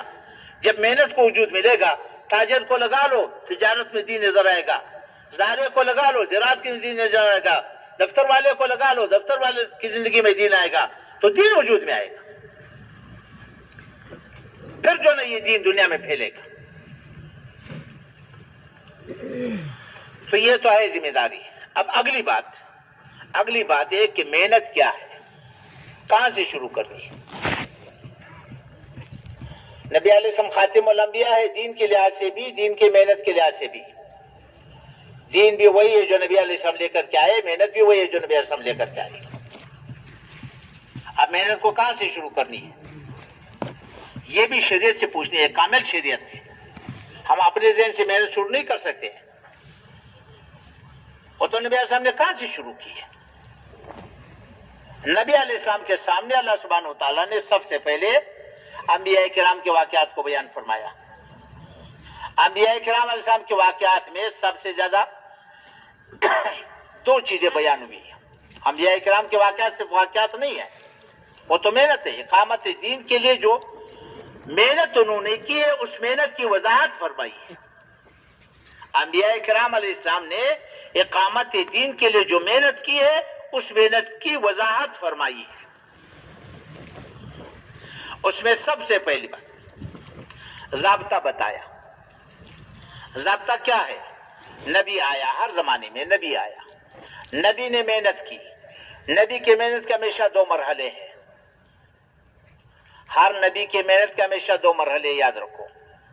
نبی جب بھی آیا ہے ان لوگوں میں آیا ہے جو دین نہیں چاہتے۔ نبی ہمیشہ ان لوگوں میں آیا جو دین نہیں چاہتے۔ اب نبی کی محنت کے ہمیشہ دو مرحلے ہیں۔ پہلا مرحلہ لوگوں کو دین پر آمادہ کرنا، تیار کرنا۔ دوسرا مرحلہ جو تیار ہو گئے ان کو دین سکھانا، سمجھانا، بتانا، چلانا۔ پہلا مرحلہ مقدم ہے، دوسرا مؤخر ہے۔ پہلے مرحلے میں لوگوں کے پیچھے نبی پھرے گا، لوگ سنیں گے نہیں، سنتے نہیں ہیں، مانتے نہیں ہیں، گالیاں دیتے، دھکے دیتے، نبی پیچھے پیچھے پھرتا رہتا ہے، ان کی تکلیفوں کو سہتا برداشت کرتا رہتا ہے۔ یہ محنت کا پہلا مرحلہ ہے، ہر نبی نے کیا ہے۔ ہاں، دوسرا مرحلہ جب تیار ہو گئے ان کو دین سکھانا، سمجھانا، بتانا، چلانا۔ اس مرحلے میں پھر لوگ نبی کے پاس آتے ہیں۔ پہلے مرحلے کا نام تبلیغ ہے، دوسرے مرحلے کا نام تعلیم ہے، تربیت ہے، تزکیہ ہے۔ چار عمل خواہ امت کو حادثہ یہ پیش آیا صدیوں پہلے، یاد رکھو اس پر رد کیا کہ عمل پہلا مرحلہ تبلیغ امت کے ہاتھ سے نکل چکی ہے اور صدیوں پہلے نکل چکی ہے. اور دوسرے غم کی بات یہ ہے کہ امت ماننے کو بھی تیار نہیں ہے، امت مانتا بھی نہیں ہے. سرمایہ ہاتھ سے نکل گیا اور مانتا بھی نہیں ہے کہ سرمایہ میرا ہاتھ سے نکل گیا، تو غم بھی نہیں کرے گا. تو تبلیغ تو ہاتھ سے نکل گئی. بے طلب امت کے پیچھے پھرنا امت نے چھوڑ دیا، بلکہ ہم نے دھکا دے دیا. باطل نے اس بے طلب امت کو سینے سے لگا دیا اور اسی بے طلب امت کو دین کے نقشوں کے مٹانے پہ لگا دیا. پوری دنیا میں جاؤ دیکھو، باطل پیچھے کڑا ہے، کبھی ہمارے دین پر ہاتھ نہیں ڈال سکے گا، نہ ڈالے گا نہ ڈال سکے گا، نہ اس کو ڈالنے کی ضرورت ہے. جب اس کو مفت کارکن ملے ہیں، کھائے گا میرے اور آپ کے گھر سے، پہنے گا میرے اور آپ کے گھر سے، استعمال ہوگا کفر کے لیے. کفر باطل میں کڑا ہے، اس نے سینے سے لگا دیا اور آپ نے دھکا دے دیا. یہ سب سے بڑا المیہ ہے اس امت کا کہ ہم نے بے طلب امت کو دھکا دے دیا، اپنے حال پہ چھوڑ دیا، باطل نے سینے سے لگا لیا. اس بے طلب امت کو دین کے نقشوں کے مٹانے پر پوری دنیا میں جا کر کے پھر وہ یہی ہو رہا ہے. اب اس امت کو سینے سے لگانے کی ضرورت ہے. سینے سے لگاؤ گے تو سب کچھ تمہاری جولی میں ڈالنے کے لیے تیار ہے. سب سے پہلا المیہ امت کا یہ ہے. تو نبی کی محنت کا پہلا مرحلہ تبلیغ ہے. تبلیغ ہمارے ہاتھ سے نکل چکا ہے اور امت نے پہلے مرحلے کا نام دوسرے پر رکھا ہوا ہے. مانتا نہیں ہے کہ تبلیغ ہمارے ہاتھ سے نکل گیا، پہلے مرحلے کا نام دوسرے پر رکھ دیا. یہ پہلا المیہ ہے اس امت کے ساتھ. تو نبی نے آ کر کے محنت کی، نبی نے محنت کی، اللہ نے ایک دورانیہ اس کو محنت کا دیا. جب دورانیہ پورا ہو گیا تو محنت کے دو مرحلے پہلے بتا دیا. پہلے لوگوں کو تیار کرنا، آمادہ کرنا، پھر ان کو سکھانا، سمجھانا، بتانا، چلانا. جب یہ دورانیہ پورا ہوا پھر اللہ کے دربار سے فیصلہ آیا ہے. وہ فیصلہ کیا ہے کہ اللہ نے اپنی قدرت سے، قدرت کاملہ سے نبی اور نبی کا ساتھ دینے والوں کو زمین کا وارث بنا دیا اور باطل کو راستے سے ہٹا دیا. یہ ضابطہ ہے اور یہ ضابطہ قیامت تک چلے گا. ابراہیم علیہ السلام کو سنایا ہے یا نوح علیہ السلام کو سنایا ہے، موسیٰ علیہ السلام کو سنایا ہے یا لوط علیہ السلام کو سنایا ہے. یہ ضابطہ سمجھایا ہے کہ پہلے نبی کی محنت وجود میں آئے گی، پھر دین وجود میں آئے گا، پھر اللہ دنیا اور آخرت کی کامیابی عطا کرے گا. جب زمین پاک ہو گئی اور زمین کا وارث نبی اور نبی کا ساتھ دینے والے بن گئے، باطل کو راستے سے ہٹا دیا، پھر اللہ نے نبی کو اپنے پاس بلا لیا انعام دینے کے لیے. دنیا تو انعام کی جگہ ہے نہیں. جب نبی کو اپنے پاس بلا لیا تو محنت ٹوٹ گئی. جب محنت ٹوٹ گئی دین میں خلل پڑ گیا. آہستہ آہستہ لوگ دین سے دور ہوتے جا کر کفر میں ڈوب گئے، نافرمانی میں ڈوب گئے. اللہ نے پھر نبی بھیج دیا. یہ ضابطہ ہے اور یہ ضابطہ قیامت تک چلے گا کہ سب سے پہلے نبی کی محنت وجود میں آئے گی، پھر دین وجود میں آئے گا، پھر اللہ سبحانہ وتعالی دنیا و آخرت کا کامیابی عطا کرے گا. یہ ضابطہ ہے. نبی علیہ السلام کے بعد چونکہ کوئی نبی نہیں آئے گا، اب یہ ضابطہ قیامت تک چلے گا. لیکن یاد رکھو، نبی کی محنت خالص ہوگی تو دین وجود میں آئے گا. اگر نبی کی محنت میں ملاوٹ ہوگی تو دین وجود میں نہیں آئے گا. دین خالص ہوگی تو اللہ باطل کو توڑے گا، اگر دین خالص نہ ہوگی تو اللہ باطل کو نہیں توڑے گا. یہ بھی ضابطہ ہے، یاد رکھو.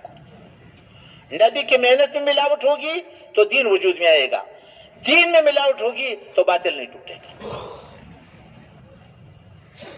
باطل کو اللہ ہمیشہ میں 3 بنیادوں پر توڑے گا، یاد رکھو. کتنے بنیادوں پر؟ 3 بنیادوں پر. سب سے پہلے ایسا مجمع وجود میں آئے جن کی زندگی میں مکمل دین ہو، جس میں زندگی میں کفر کی ملاوٹ نہ ہو، کفر کی مشابہت نہ ہو، پھر اللہ دین کو وجود عطا کرے گا. پھر اللہ باطل کو توڑے گا، دین کو غالب کرے گا. اگر ملاوٹ رہی ہماری زندگی میں، دین پیش کرنے والوں کی زندگی میں ملاوٹ رہی تو یاد رکھو اللہ باطل کو نہیں توڑے گا. اگر توڑ دے، دیکھو یہ ضابطے بتا رہا ہوں، یہ ضابطے ہیں، یہ ضابطے بدلتے نہیں ہیں، یہ سنت اللہ ہے، یہ نہیں بدلتے. اگر دین پیش کرنے والوں کی زندگی میں ملاوٹ رہی، کفر کی مشابہت رہی، تو اللہ باطل کو نہیں توڑے گا. اگر باطل کو توڑنے کا فیصلہ کر دیا تو فرمایا تم بھی عذاب سے نہیں بچ سکو گے.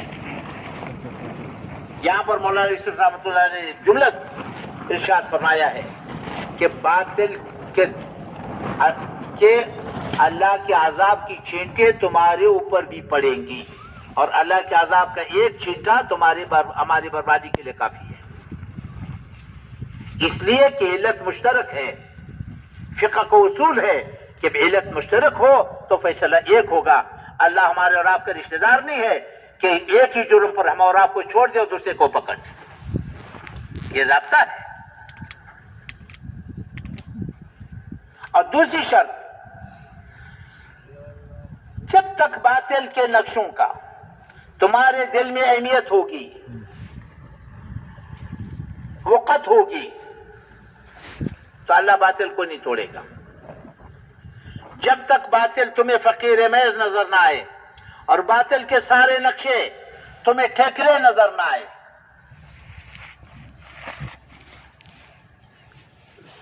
حضرت جی مولانا یوسف رحمۃ اللہ علیہ کا یہ جملہ مولانا سید احمد خان صاحب نے نقل کیا ہے.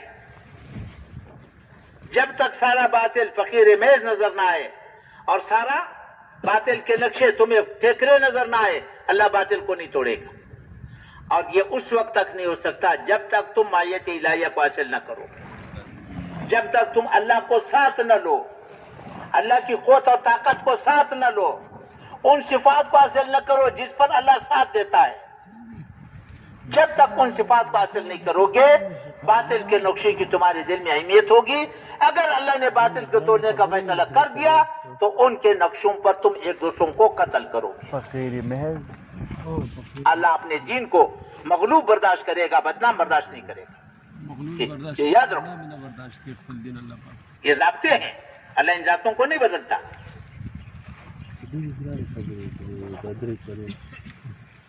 ان کے نقشوں پر تم ایک دوسروں کو قتل کرو گے. ہمیں بتایا گیا، کابل میں ایک جگہ دکھایا کہ یہاں پر ایک ٹینک پڑا ہوا تھا، جلا ہوا ٹینک پڑا ہوا تھا، 400 آدمی اس پر قتل ہو گئے. خیر قرون میں جتنی فتوحات ہوئی تقریباً 70-80 سال کے اندر ساری فتوحات مکمل ہو گئی.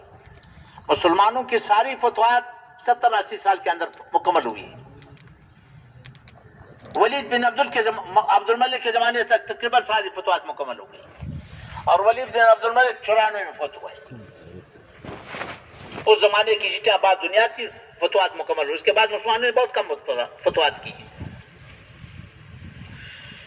خیر القرون میں مسلمانوں کا مال غنیمت پر کوئی جنگ ثابت نہیں کر سکتا. سعد بن ابی وقاص رضی اللہ عنہ کا قول ہے کہ اگر بدر والوں کی فضیلت قرآن میں نہ ہوتی تو میں سمجھتا کہ قادسیہ والے سب سے زیادہ فضیلت والے ہیں.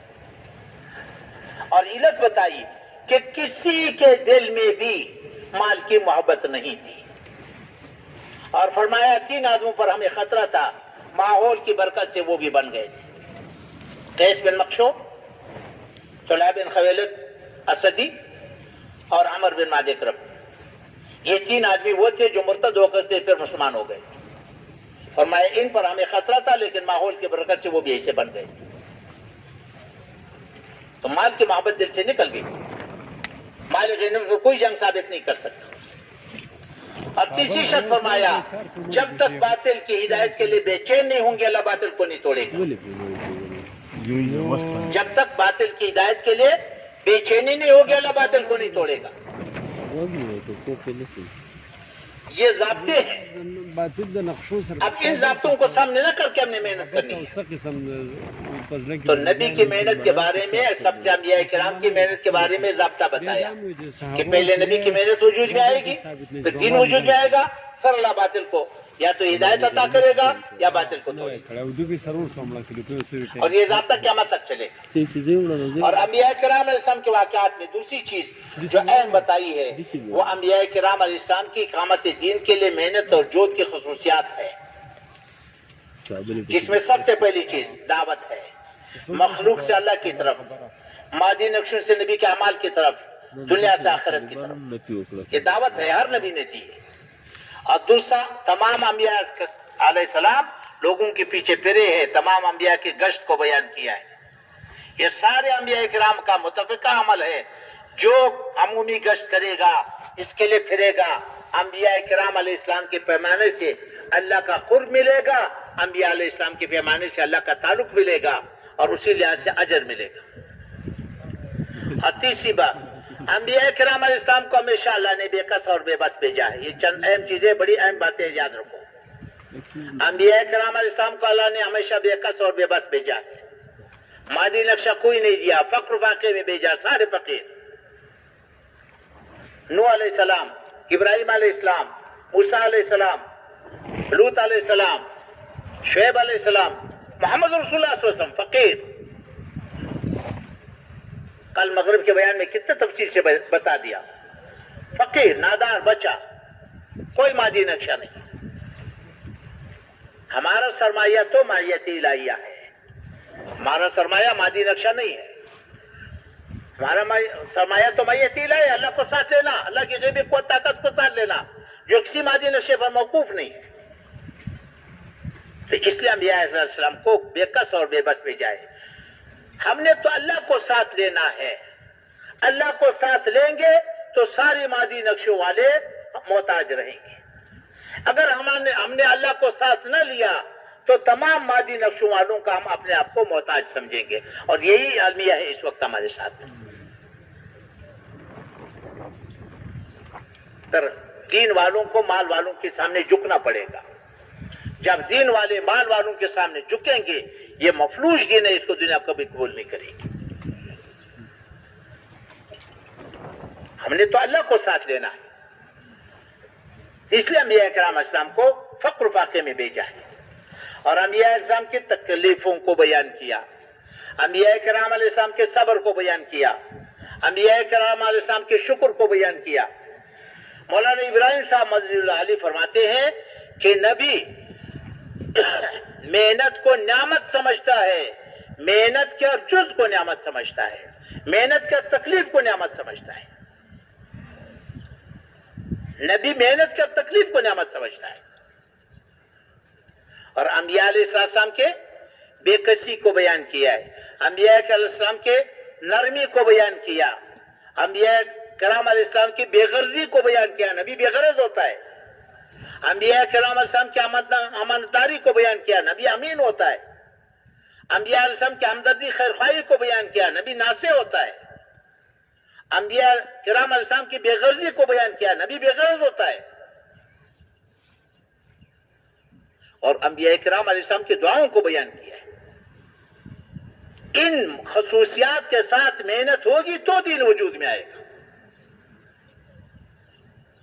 پھر اللہ جل شانہ نے نبی اسلام کو ارشاد فرمایا کہ ان انبیاء کا اتباع کرو۔ اب یہ اتباع اقامت دین کے لیے جہد میں اتباع ہے۔ کسی نبی کی عبادت بیان نہیں کیا کہ کیسے عبادت کرو، کسی نبی کی شریعت کی تفصیل کو بیان نہیں کیا کہ یوں کر، بلکہ شرائط و سارے منسوخ کر دیے۔ کسی نبی کی زندگی کی تفصیل نہیں بتایا کہ نبی نے اس طرح زندگی گزاری تو بھی اس طرح گزار۔ انبیاء کرام علیہ السلام کی محنت کو تفصیل سے بیان کیا، اور اس جہد اور محنت میں فرمایا کہ ان کا اتباع کرو۔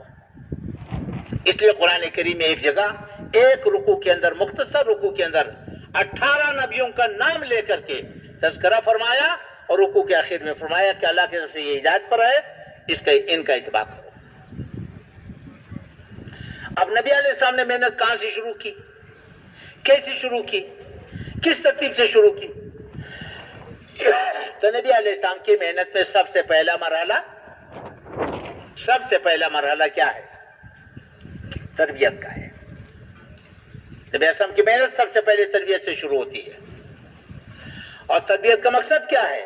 زبان کا کلمہ دل میں اتر جائے، معیت الہیہ حاصل ہو جائے، عبدیت کی زندگی وجود میں آئے، وہ صفات حاصل ہو جائے جن صفات پر اللہ ساتھ دیتے ہیں۔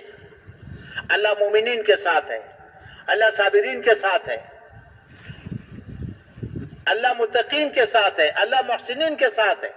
اب یہ صفات حاصل ہو جائے، یہ تربیت ہے۔ تربیت کا مرحلہ پہلے ہے، پہلے اللہ کو ساتھ لو پھر مخلوق میں پھرو۔ تو ان صفات کو حاصل کرنے کے لیے تربیت کا مرحلہ ہے۔ ایمان بنے، اللہ کا تعلق حاصل ہو جائے، زبان کا کلمہ دل میں اتر جائے، اللہ کی محبت حاصل ہو جائے، اللہ کا خوف حاصل ہو جائے، تقوی والی زندگی وجود میں آئے۔ محسنین کس کو کہتے ہیں؟ نیک اعمال اس انداز، اس استحضار کے ساتھ کرنا کہ میں اللہ کو دیکھ رہا ہوں، یا کم از کم اللہ مجھے دیکھ رہا ہے۔ ہمارے مولوی صاحب کو اللہ جزائے خیر عطا فرما دے، رات کا پورا بیان اسی بات پر تھا کہ اللہ کو کیسے ساتھ دینا ہے، اللہ کو ساتھ دینے کے لیے نماز کیسے پڑھنی ہے، علم کیا حاصل کرنا ہے، اللہ کا تعلق کیسے حاصل کرنا ہے۔ رات کا پورا بیان اسی بنیاد پر تھا کہ اللہ کو ساتھ دینے کے لیے ہمیں کیا کرنا ہے۔ جب تک اللہ کو ساتھ نہیں لیں گے ہم اپنے آپ کو ملک مال والوں کا محتاج سمجھیں گے، ملک مال والوں کے سامنے میں دبنا پڑے گا۔ تو اللہ کو ساتھ لینے کے لیے تربیت ہے، اور تربیت کے 4 اعمال ہیں، یاد رکھو یہ 4 اعمال ہے، یہ نبی سے یہ 4 اعمال ہے، ان 4 اعمال کی بنیاد پر تربیت ہوئی۔ یہ تربیت کے اعمال ہے، یہ نبوت کے اعمال ہے، یہ مسنون اعمال ہے، یہ منصوص اعمال ہے، یہ مخصوص ہے تربیت کے لیے، نبی علیہ السلام نے کیے ہیں اور ساری امت کو ان اعمال پہ ڈالا ہے۔ پہلے 13 سال میں ان اعمال کے علاوہ آپ کو کوئی اور حکم نہیں ملے گا، پورا 13 سال۔ سب سے پہلا عمل دعوت ہے۔ حیات صحابہ پہلا جلد پہلا باب، باب دعوت ہے، اٹھا کر کے دیکھو۔ جو بھی کلمہ پڑھتا اس کو دعوت پہ ڈالتا۔ صدیق اکبر جیسے قومی حیثیت کے آدمی، عبداللہ بن مسعود جیسے غریب فقیر آدمی، بلال رضی اللہ عنہ، خباب رضی اللہ عنہ غلام، مرد عورتوں سب کو دعوت پہ ڈالا۔ دعوت دو، مار کھاؤ، ہاتھ مت اٹھاؤ، مقابلہ مت کرو، شکایت مت کرو، ہمدرد بن کے جاؤ، خیر خواہ بن کے جاؤ، بے غرض بن کر کے جاؤ، نرمی کے ساتھ دعوت دو، شفقت کے ساتھ دعوت دو۔ جو بھی کلمہ پڑھتا اس کو دعوت پہ ڈالتا۔ پہلا عمل دعوت ہے، اور اس کے لیے پھرتے تھے، سب کو دعوت پہ ڈالا۔ مدینہ منورہ پہنچ کر کے نبی علیہ السلام نے مسجد بنائی ہے، مسجد کو 24 گھنٹے اعمال سے آباد کیا ہے۔ تو ہمارے سامنے بار بار آتے رہتے ہیں کہ مسجد نبی 24 گھنٹے ان اعمال سے آباد کی، مگر عجیب بات ہے کہ مکی دور ہمارے سامنے نہیں آیا۔ مکی دور میں دار ارقم 24 گھنٹے آباد تھی، جو بھی کلمہ پڑھتا دار ارقم لے کر کے آؤ، کیونکہ مکہ معظمہ پر تو کفار کا قبضہ تھا، بیت اللہ پر تو کفار کا قبضہ تھا۔ جو بھی کلمہ پڑھتا دار ارقم لے کر کے آؤ، جو بھی کلمہ پڑھتا دار ارقم لے کر کے آؤ، جو بھی کلمہ پڑھتا دار ارقم لے کر کے آؤ۔ دن رات دار ارقم میں یہ اعمال تھی۔ جب صدیق اکبر کو کفار نے مارا، تکلیفیں دی، اذیتیں دی اور بے ہوش کر دیا، رات کو ہوش آیا کہ کھانا کھا لو، کہ مجھے نبی علیہ السلام کے پاس لے کر کے جاؤ۔ مشہور واقعہ آپ سب سن رہے ہیں، ہمیشہ سن رہے ہیں۔ کہاں لے کر کے گئے؟ دار ارقم میں، رات کے آخری حصے میں۔ دار ارقم میں کیا ہو رہا تھا؟ نبی علیہ السلام بھی موجود تھے، صحابہ کرام بھی موجود تھے۔ محنت تو سیرت سے سمجھ میں آئے گی، سیرت تینوں صدیوں کی سیرت، خیر القرون کی پوری زندگی، پھرنے کے لحاظ سے بھی، مقام کے لحاظ سے بھی، معاشرت کے لحاظ سے بھی، معاشرت کے لحاظ سے بھی ہمارے سامنے ہوگی تو جو سمجھ میں آئے گا۔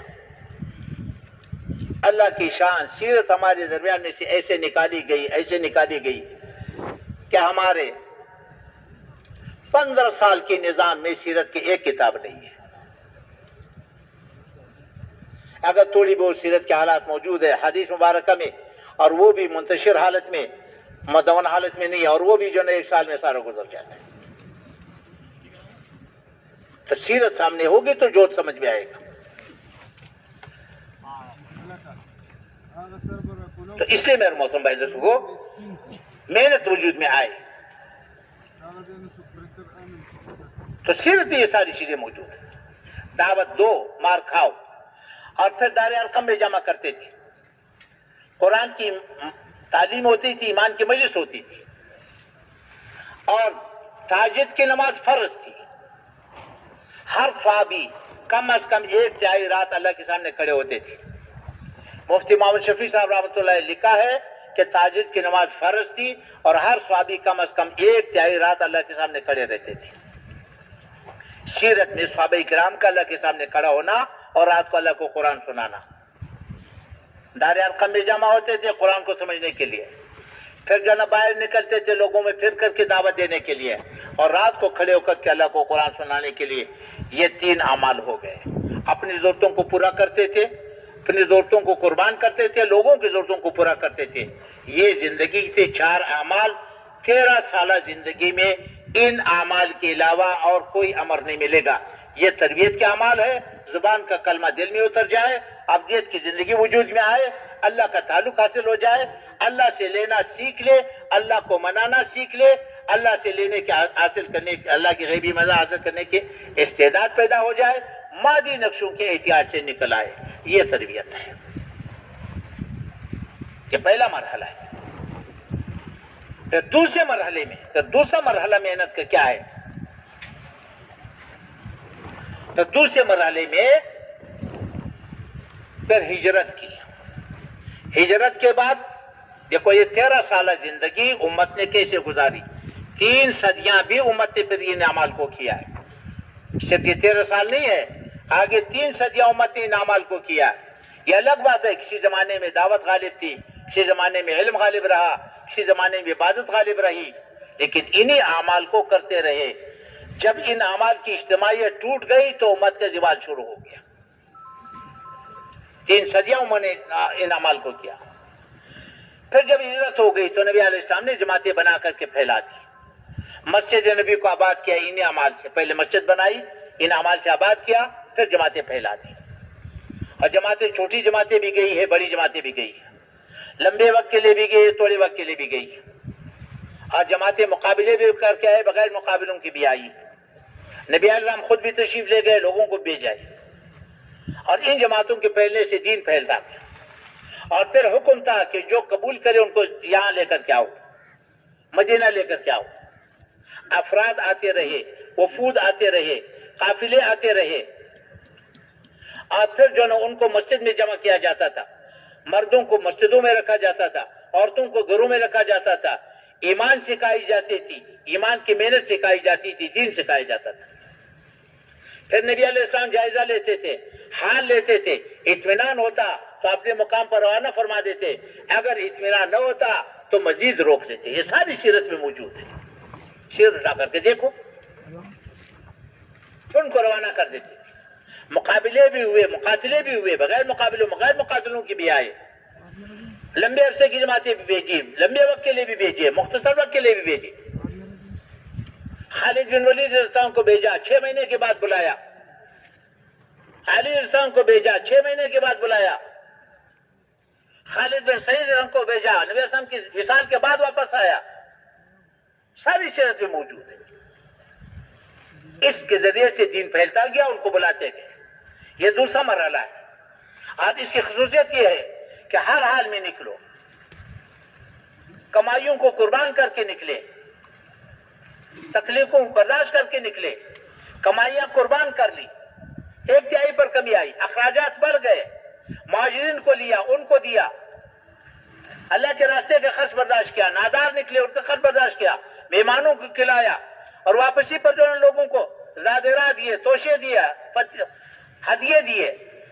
گھروں میں 2 مہینے آگ نہیں جلی، پیٹ پر پتھر باندھنے لگے، فاقے برداشت کرنے لگے. یہ خروج کے مزاج تھے. یہ وہ محنت ہے جو نبی علیہ السلام نے کیا اور اس نہج پر کیا ہے. اب یہ محنت ہمارے سامنے ہو کہ محنت اس رخ پر آ جائے اور اس ترتیب پر آ جائے. مقصود کیا تھا؟ پہلے مرحلے میں اللہ کی غیبی مدد حاصل کرنے کی استعداد پیدا کرنی تھی. دوسرے مرحلے میں اللہ کی غیبی مدد دکھا دی، اپنے آنکھوں سے دکھا دیا. آگ مسخر، پانی مسخر، ہوائیں مسخر، حیوانات مسخر، فرشتے اترتے تھے، دعا مانگتے تھے، فرشتے اترتے تھے، دعا مانگتے تھے، فرشتے اترتے تھے. برکتیں اپنے ہاتھ سے دیکھی، اپنے آنکھوں سے دیکھ لیا، فرشتوں کو اترتے ہوئے دیکھا. ہوائیں مسخر، پانی مسخر، آگ مسخر، حیوانات، سینکڑوں واقعات ہیں. سعد بن ابی وقاص تعالیٰ عنہ 10,000 کے لشکر کو پانی کے اوپر بغیر کشتی کے گزار کے گئے. نستعین باللہ ونتوکل علیہ حسبنا اللہ ونعم الوکیل ولا حول ولا قوت الا باللہ العلی العظیم پڑھتے رہے، چلتے رہے. اعلیٰ بن اعظم اسلام پورے لشکر کو یا حلیم و یا علیم و یا علیم عظیم پڑھتے رہے، چلتے رہے. قتیبہ مسلم رحمۃ اللہ دریا آمو پر پورا لشکر. ابو مسلم خولانی رحمۃ اللہ علیہ دریا دجلہ پر پورا قافلہ. ابو مسلم خولانی رحمۃ اللہ اسود انسی نے آگ میں ڈالا، آگ میں ڈال کر کے آگ کے اندر نماز کی نیت بات کی. حیوانات مسخر. عبداللہ بن عمر رضی اللہ عنہ کا واقعہ، حضرت سفینہ رضی اللہ عنہ کا واقعہ، عقبہ بن نافع رحمۃ اللہ علیہ کا واقعہ. پورا جنگل ایک اعلان پر سارا جنگل خالی ہو گیا، حیوانات نے خالی کر دیا. یہ چند واقعات میں اس لیے عرض کر رہا ہوں کہ اللہ کو ساتھ لیا، اللہ کی غیبی مدد کو ساتھ لیا، اپنے آنکھوں سے دکھایا، اطمینان دلایا، مادی نقشوں کے احتیاط سے نکال دیا. ہمارا تو 3 چادواری کے اندر بند ہے، ملک مال والوں کا محتاج ہے، تو ہمیں ملک مال والوں کو دے کر کے چلنا پڑتا ہے. ہمارا مرکز ملک مال والوں کا محتاج، ہمارا مدرسہ ملک مال والوں کا محتاج، ہماری تبلیغ ملک مال والوں کا محتاج. تو مفلوج دین کو کون قبول کرے گا؟ محنت کو اپنے رخ پر لے کر کے آنا، اپنے مقصد پر لے کر، پورا دین سامنے ہو، پورا علم سامنے ہو، آنے والی نسلیں سامنے ہو، اور محنت کا پورا نقشہ سامنے ہو. یہ نبی محنت ہے. اب اس نبی محنت کو دیکھ کر کے ہم اس وقت کام پر کھڑے ہیں. پھر اس کے بعد تیسرا مرحلہ آتا ہے. تیسرے مرحلے میں کیا ہوا؟ اللہ نے اپنا وعدہ پورا کر کے دکھایا. جب تربیت مکمل ہو گئی تو پھر اللہ نے اپنا وعدہ پورا کر کے دکھایا. سینکڑوں کے مقابلے میں ہزاروں آئے مار کھائی، ہزاروں کے مقابلے میں لاکھوں آئے مار کھائی، اور مار ہی کھاتے رہے. تقریباً 21 سال کے اندر آس پاس کی ساری حکومتیں اللہ نے قدموں میں ڈال دی. بدر میں 313 کے مقابلے پہ 1000 آئے مار کھائی. خندق میں 1400 کے مقابلے میں 10,000 آئے مار کھائی بغیر لڑائی کی. ہاں، قادسیہ میں 10,000 کے مقابلے میں 3 لاکھ آئے. نہاون میں 20,000 کے مقابلے میں 2.5 لاکھ آئے. یرموک میں 30,000 کے مقابلے میں 10,60,000 آئے مار کھائی. قیصاریہ میں 13,000 کے مقابلے میں 80,000 آئے مار کھائی. اسی طرح ایک مقابلے میں اگر صحابہ کرام اور تابعین کے زمانے کا اٹھا کر دیکھیں، ان کا مقابلے میں آنے والے 30-40 لاکھ سے زیادہ، 40-50 لاکھ سے کم نہیں رہے، اور ان کی تعداد 40-50 ہزار تک نہیں پہنچتی. اور 21 سال کے اندر بحرین کی حکومت، یمن کی حکومت، حبشے کی حکومت، مصر کی حکومت، شام کی حکومت، عراق کی حکومت، دومت الجندل کی حکومت اور کسرا کی پوری حکومت اللہ نے قدموں میں ڈال دی. پھر معاویہ رضی اللہ عنہ کے زمانے سے لے کر کے ولید بن عبد الملک کے زمانے تک، مراکش سے لے کر کے چین تک، مکران کے سال سے لے کر کے داغستان تک، اس زمانے کی دنیا جو آباد دنیا تھی اس کے 2/3 اللہ نے مسلمانوں کے قدموں میں ڈال دیا. اور 1000 سال تک پوری دنیا مسلمانوں کی نگاہ کو دے کر کے چلتی تھی. یہ وہ محنت ہے جو نبی علیہ السلام کر کے آئے ہیں، اور یہ وہ ترتیب ہے. اس وقت جو ہم کر رہے ہیں یہ تبلیغ نہیں ہے. لوگوں نے اس کا نام تبلیغ رکھا ہے، اور علماء کو بھی جو مسئلے میں ڈال دیا، مشکل میں ڈال دیا. اب یہ تو تربیت ہے، تربیت کا زمانہ ہے. یہ تو جو نہ برتی ہے، فوجی کو برتی کرتے ہیں، اس کو نہ لیفٹ کا پتہ نہ لیفٹ کا پتہ، رائٹ کی جگہ لیفٹ لگا رہا ہے، لیفٹ کی جگہ رائٹ لگا رہا ہے، کچھ پتہ نہیں. وردی تو اس نے پہن دیا، بیچارے کو آتا ماتا کچھ نہیں ہے. یہ جو ہم کر رہے ہیں میرے بھائی، یہ تبلیغ نہیں ہے، یہ تو نورانی قاعدہ ہے. الف با تا ثا. ہم اس محنت کو سیکھنا چاہتے ہیں، اس محنت پر امت کو تیار کرنا چاہتے ہیں. بڑی مشکل سے چلہ لگایا، 4 مہینے لگے اپنی طبیعت سے لگائے. ابھی تو محنت شروع نہیں ہوئی ہے، ابھی تو طبیعت کا مرحلہ ہے، ابھی تو بھرتی ہو رہی ہے، اور روتے روتے جو ہے نکل رہے. تو یہ نورانی قاعدہ ہے، نورانی قاعدہ قرآن نہیں ہے. یہ تو طلباء پڑھتے ہیں ضربا ضربا ضربو ضربا ضربنا، یہ قرآن نہیں ہے. ارے بھائی یہ تو جان، لیکن یہ نیت ہے. نیت کرو کہ اصلی پر آنا ہے اور وہاں تک پہنچنا ہے. اگر وہاں تک پہنچیں گے، ہم نے نیت کر لیا، عزم کر لیا، پابندیاں کر لی ان 4 اعمال کی. اب یہ 4 اعمال 4 بنیادوں پر کریں گے تو تربیت ہوگی. یہ 4 اعمال ہے، ان 4 اعمال کو 4 بنیادوں پر کرنا.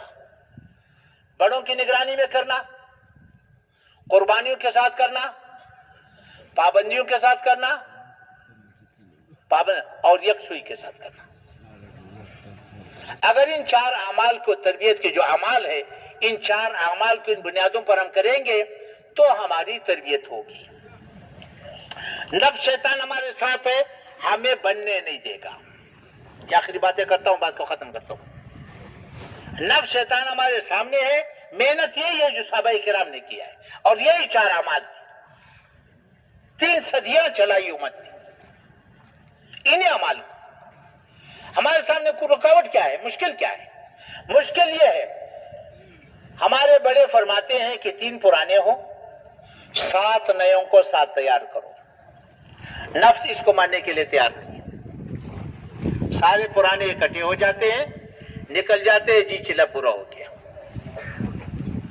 اور سارے پرانے اکٹھے ہوتے ہیں. نئے کو تو تیار کریں گے نہیں. اب گرمی میں ٹھنڈے علاقے میں جاؤ، سردی میں گرم علاقے میں جاؤ، پشتو علاقے میں جاؤ، بھیجو، اردو والوں میں نہ بھیجو. تو اپنی طبیعت سے چلیں گے، ثواب ملے گا، تربیت نہیں ہوگی، تربیت میں کمی رہے گی. ہاں،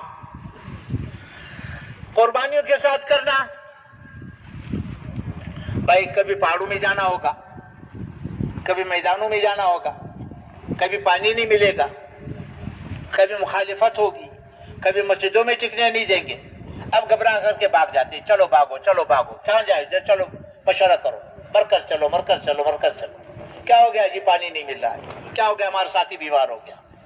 کیا ہو گیا؟ وہاں پر جو ہے زبان نہیں جانتے، وہ بھاگ کرتے آ گئے. تو نفس بننے نہیں دے گا، جمنے نہیں دے گا. قربانی کے ساتھ کریں گے تو تربیت ہوگی. اور پابندیوں کے ساتھ کرنا، ہر عمل میں اول سے آخر تک بیٹھنا. اب بیان ہو رہا ہے، کپڑا دھونے کے لیے چلے گئے. بیان ہو رہا ہے، چائے پینے چلے گئے. کوئی ملنے آ گیا، جان بھاگ گیا، اس کے پاس چلا گیا. اپنی طبیعت سے چلنا. اور آخری کیا ہے؟ یکسوئی کے ساتھ. یکسوئی کی ترتیب کیا ہے؟ اللہ کے راستے میں نکلو. اللہ کے راستے میں نکل کر کے کیا کرو؟ 10 دن کے بعد، 12 دن کے بعد، 15 دن کے بعد اپنے گھر خط لکھو. اور خط لکھنا سنت ہے. خط لکھو، گھر والوں کو دعوت لکھو، اور ان کو اپنی خیریت لکھو، اور اپنا پتہ مت بتاؤ کہ میں کہاں ہوں.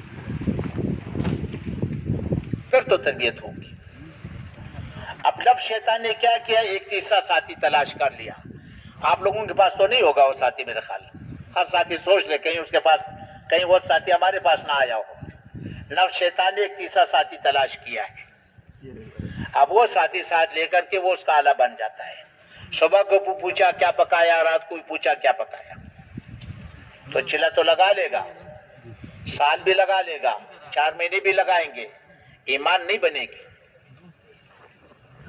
ہاں, واپس آ کر کے جھوٹ سے نہیں بچ سکے گا, دھوکے سے نہیں بچ سکے گا, ڈنڈی مارنے سے نہیں بچ سکے گا, بجلی کی چوری سے نہیں بچ سکے گا, نوکری پر وقت پر نہیں جائے گا, اس پر آرام بھی نہیں سمجھے گا, چیلے لگاتا رہے. تقویٰ کی زندگی حاصل نہیں ہوگی, معیت الہیہ کی زندگی حاصل نہیں ہوگی. تو اللہ کے راستے میں نکل کر کے ہم نے ایمانی صفات حاصل کرنی ہے. وہ پابندیوں کے ساتھ پھریں گے تو ایمانی صفات حاصل ہوں گی. اپنے مقام پر آ کر کے ان ایمانی صفات کو اپنے روزگار میں پیش کرنا, اپنے روزگار کو ان ایمانی صفات کے ساتھ پیش کرنا, لانا, اور پھر اپنے مقام پر ان اعمال کی پابندی کر کے ان صفات کی حفاظت کرنا, یہ ہماری محنت ہے, خروج کے لحاظ سے بھی, مقام کے لحاظ سے بھی.